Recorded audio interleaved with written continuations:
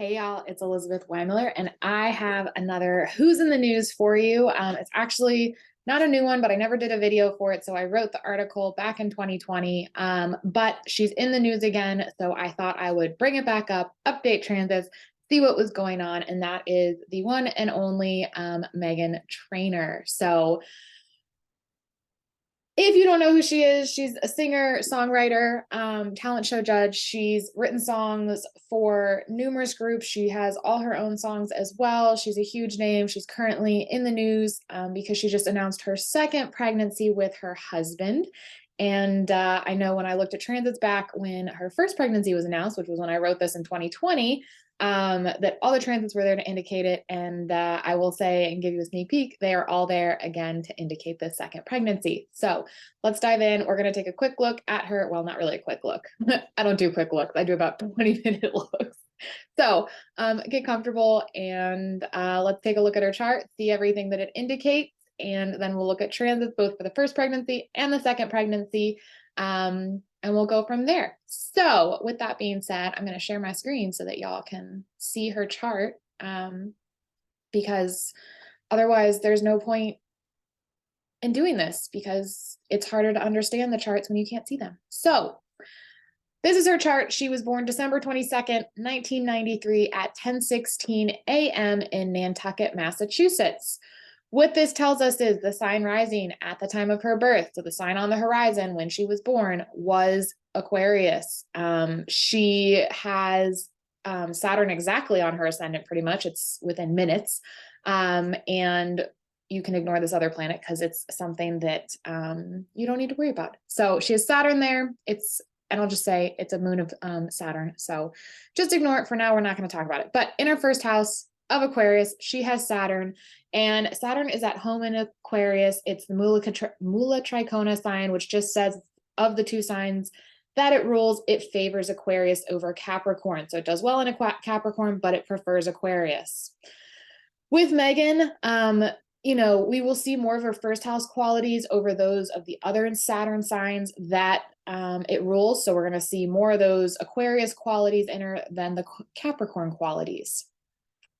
Saturn being in her first house, it really gives her a strong sense of responsibility, and she was born an old soul. She really has the ability to organize and structure many areas of her life and is very dependable.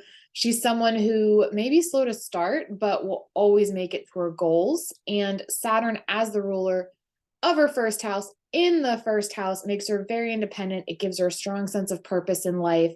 She can be very self-sufficient with good stamina.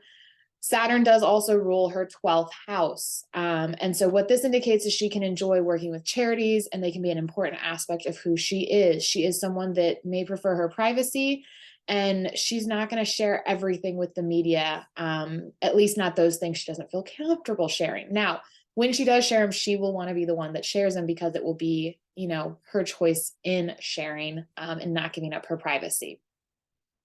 Her second house is Pisces. She has the moon in Pisces. She can be a very sweet speaker who can be very gently persuasive. She's likely to enjoy cosmetics, jewelry, and other fashion-related items. She really has this capacity to feel and comprehend on a much deeper level, and she has this strong desire to believe in something or someone. There can be times where she's more full of doubt and could at times be a little more indulgent, so she has to watch that sweet tooth.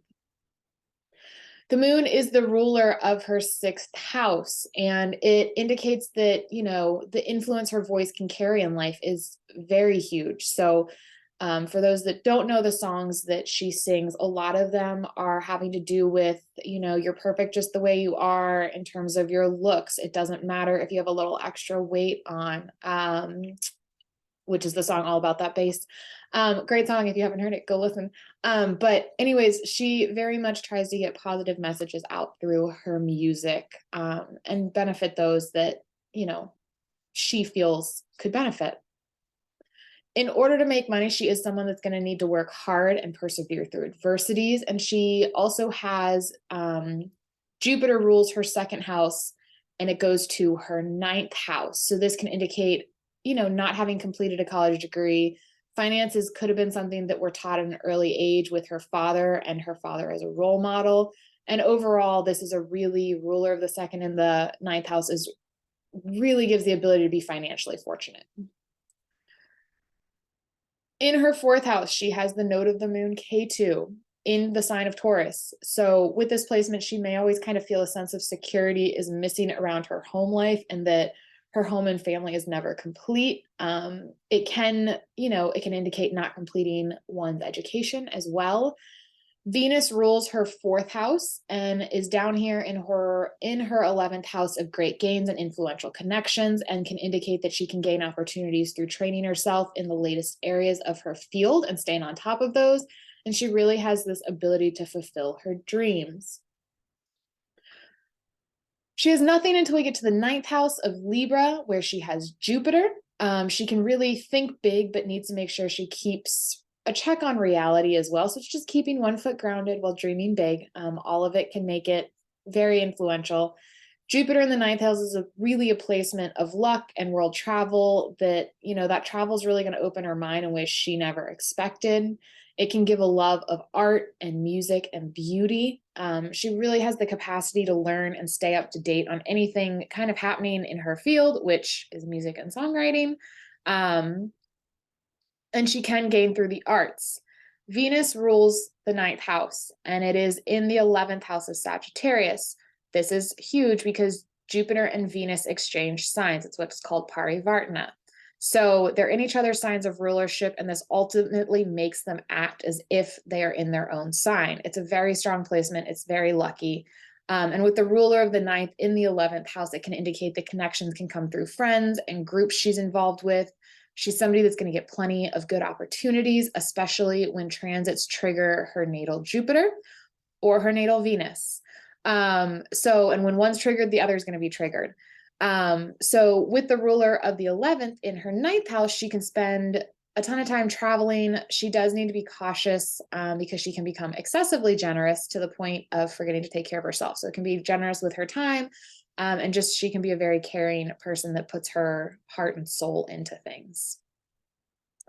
In her 10th house of Scorpio, she has the node of the moon Rahu. This can really, she has this drive that can bring success quickly, but she could be in a more unusual career. She really has this deep-seated insecurity to prove herself, and that gives her drive and ambition. She's someone who's able to take action and can be aggressive when she needs to be. Mars is the ruler of her 10th house, and it does go to the 11th house. We'll get to this. There's a lot of planets in her 11th house, as we can see. But Mars, as ruler of the 10th and the 11th, can indicate she'll know influential people who will be able to support her and give her career opportunities. She can have great gains of money that will come from her career. She will work with individuals who are very well known and well connected, and she can end up, she does need to be cautious because this placement can indicate hearing damage from her work, which when you're on stage with that much music blasting, I know a lot of singers wear protection, but she does need to be aware that that is a potential with that position. Moving on to her 11th house. Yes, there is a ton of planets in her 11th house. She has Mercury, which is just barely in there. It is considered Gandanta, which does mean at times she could feel overwhelmed or feel as if she's drowning in emotions, and emotions can overwhelm her. She has Venus. She has the sun. Venus is also Gandanta, I might add. So they're kind of weak. They've just entered a sign. And then because they're switching from a water to a fire, that's what triggers Gandanta. So it's only between water signs and fire signs that you get Gandanta. It's the strongest, the last degree of a sign, water sign, first degree of a fire sign. But some do say it can be in effect the last 3 degrees, first 3 degrees. So keep that in mind. She has the sun, and then she has Mars. She also has the 2 outer planets, Neptune and Uranus, which are almost exactly conjunct. But those are so far away from these personal planets. So let's jump into this 11th house, because as I said, there's a lot in there. There's 4 personal planets, all the quick moving ones. So Mercury and Venus, as I mentioned, are called Gandanta, and it could make her feel overwhelmed. So she's going to be making sure she figures out how to manage that overwhelm, and she gives time for herself, time to reset, time to get that alone time that Saturn brings in her first house. Mercury in her 11th house indicates that she has this will to cultivate. She has the will to, wow, I cannot talk, just go with it. It's a Wednesday, it's ruled by Mercury, but for some reason it's not working in my favor today as I do this. But she does have the will to cultivate relationships with people of influence. She does need to be cautious not to listen to the wrong advice. So she'll get a ton of advice and she's going to have to weigh which is actually good, which is not. She has communication skills that are superior to others. Venus is placement in the 11th house gives her a natural grace and charm, and she naturally interacts with people socially. Money can come from artistic enterprises, and she can be very creative. The sun here really can indicate that she will always have humanitarian efforts that are close to her heart, and that she supports them, as well as that she will actively be involved in helping create change in the community. This can be the community as a whole. As I mentioned, her songs really, she tries to get across messages of hope and, speak to a certain audience. She can have financial gains from her career, and they will come through her connection to influential people. Mars in the 11th house can really indicate that great wealth from her career will come from her drive and ambition to fulfill her dreams. And she's someone who's very loyal to her loved one. She likely also has a love of travel, which is convenient. Mercury rules her 5th house. So in the 11th house, a strong connection to friends and associates they'll lead her to more powerful connections. Her partner can contribute to her earnings. Mars rules her 3rd house, and in the 11th house, that can indicate that more effort she puts in, the greater the opportunities that are going to come her way. She can be a good communicator and benefit greatly from artistic pursuits, including writing, acting, and music. Sun rules her 7th house and indicates that she may have met her husband through friends or social events that were arranged by friends or her connections. For her, it's going to be really important that her husband have the same passion for making the world a better place, and that he needs to be a friend as well as a lover with this placement. Mercury does rule the 8th house and in the 11th. Sometimes this can indicate that she may never feel like, she may have a couple really close friends, but friends could kind of be a sore spot within her life at times. So that is one thing that can bring when the ruler of the 8th is in the 11th house. Now, I know I didn't talk about any lunar mansions in this, which I usually do, but there's so much going on in this chart, and I really want to spend time on transits that triggered stuff for her, which is the main point of this video. So with that being said, let's look at her first pregnancy. So she announced she was pregnant the first time on October 7th, 2020. Jupiter is the indicator of children, so those transits are going to be most important. Keep that in mind for this pregnancy and the next pregnancy. Jupiter are very important. So transiting Jupiter was in Sagittarius at this sign, in opposition to her 5th house of children. So that's granting opportunity for children. Add to it, it was also conjunct her natal Mercury, ruler of the 5th house of children. So that's 2 hits to the house of children and the potential to become pregnant and have children. Other thing we look at is the dashas she was in. So in 2020, she was in Venus, Saturn. Venus is conjunct the ruler of her 5th house. That's a 3rd hit. We make sure I'm doing the numbers right. That's a 3rd hit.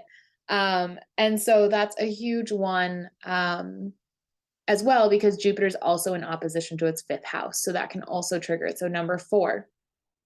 The other thing that I also look at is divisional charts. So when I bring up her divisional charts, at the time this is the chart for children, the D7 subtamsha chart.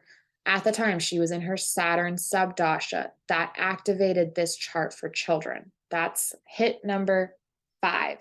So with that being said, we can kind of see that first pregnancy was very much written in the stars. And I do want to say one thing in between this pregnancy and the next pregnancy before we go and look at those transits is the one thing we have to remember is we all have free will. It's like 70%, 60% written in the stars, 30, 40% free will.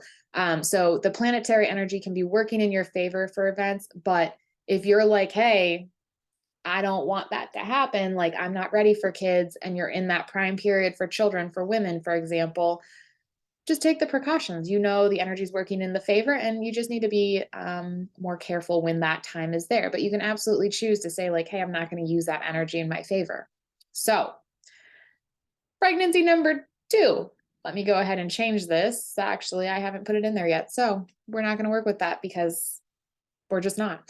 So pregnancy number 2, she did announce she was pregnant with her second child on January 30th, 2023. As mentioned, Jupiter is the indicator of children. At this time, Jupiter is transiting in its own sign of Pisces, which is her second house. Now, I know you're saying, Elizabeth, you mentioned the 5th house. Correct. So what wasn't happening in the last transits is we always look from the ascendant and using the moon as the ascendant. So we use both of these as ascendant. Last time her ascendant was the one that was really triggering with the house placements.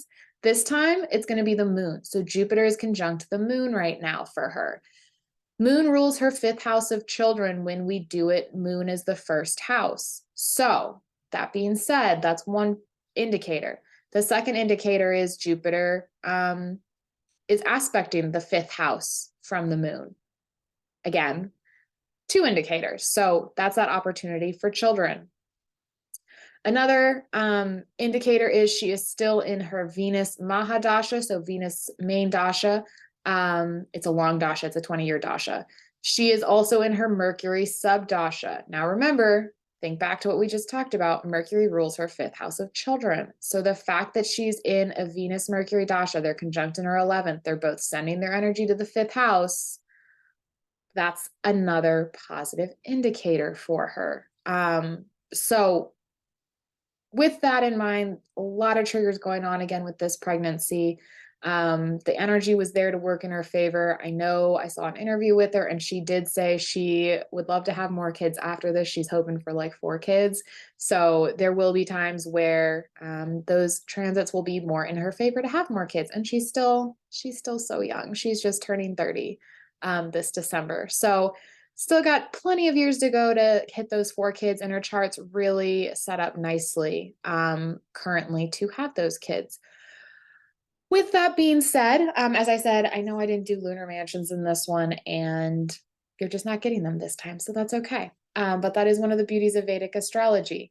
If you yourself have never had a natal reading, you're interested in a natal reading, be sure, I'm going to post a link below, both to the full article, because there's other transits in there, which maybe I'll talk about in a minute. I'll decide, spur of the moment. But I'll put the link to the article below so you can visually see it, because I know some people do better visually in reading it versus auditory. I'll also put a link to sign up for my free newsletter where you get updates on what's happening astrologically, what to keep an eye on each month, big movements in the sky and what they mean for you based on your rising sign or moon sign, because you can look at both. And I do recommend to my clients, they look at both. I will also post a way to go if you're like, hey, Elizabeth, I am finally ready to work with you and have my own consultation with you. So I'll just make it easy for you and put it below. In the meantime, like and follow this video for more content, because there's always more coming. And you know what? Let's look at a couple more. So we're going to look at a couple more transits for Meghan, but keep that in mind as we go. On her 25th birthday, December 22nd, 2018, she did marry her husband, who was one of the Spy Kids, Daryl Sabara, pardon the pronunciation. On this day, transiting Saturn was in Sagittarius. It was conjunct the ruler of her 7th house of marriage, the sun. And that really can bring a marriage based on security. Transiting Saturn was also sending its energy to her natal Saturn as well. So this becomes, even more activation because it's activating her 1st house.